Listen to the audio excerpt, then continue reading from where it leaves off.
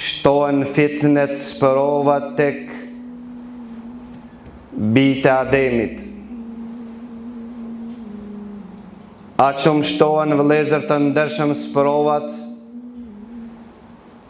që pejgamberi Allahut i përshkruan në hadithe të vërteta që në akhiri zaman sprovat në ummet do të qenë sikur dalgat e natës apo valet e detit. Se herë që të i përballosh dhe t'i shpëtosh njërës, ballafaqohesh me tjetrën. Aq shumë shtohen vëllezër të ndershëm sprovat, derisa thot pejgamberi Allahut ka mundësi që njeriu për një pjesë të natës ta humb fen imanin e tij. Sprovat në akhiri zaman shumë fishohen derisa njeriu një pjesë të ditës së tij ta humb besimin e tij. Thot popull që shesin fen e tyre për një kënaqësi të përkohshme të dunjas. Dhe thot pejgamberi sallallahu alaihi wasallam në akhiri zaman, sprova do të jenë aq të fuqishme derisa ai që i përmbahet dinit Allahut azza wa jall i përngjason sikur me majt një shkëndij zjarri në dorën e tij. Nëse e man ati gjek,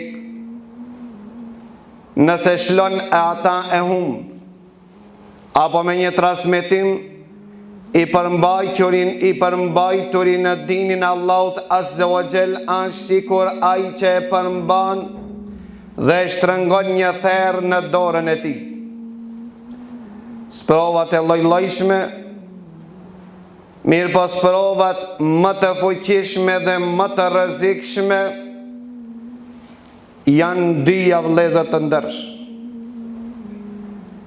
Që thot pejgamberi sallallahu alaihi wasallam, siç e ka transmetuar Imam Muslimi në Sahihun e tij nga Ebu Said al-Khudri radhiyallahu anhu,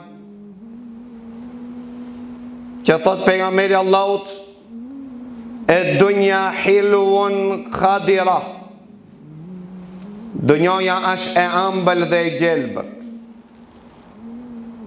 Komentatorët e hadithit pejgamberit Allahut kanë thonë, pse pejgamberi Allahut e ka përshkruajtur dunjon me ëmbëlsi dhe gjelbërim. Ka thonë se për shkak se më e dashura te njeriu është ëmbëlsira. Ma shpejt prej ushqimeve që prishet është ëmbëlsira. Ma e dashur për sinin e njeriut është gjelbërimi. Ma shpejt që thot është gjelbërimi. Pra janë kalimtare të shpejta mirë po të dashura tek nefsi i njeriut. Dhe thot pejgamberi sallallahu alaihi wasallam, dhe Allahu azza wa jall ju ka bo më kams në ta, në dunja. Fe yandhuru kayfa ta'malun,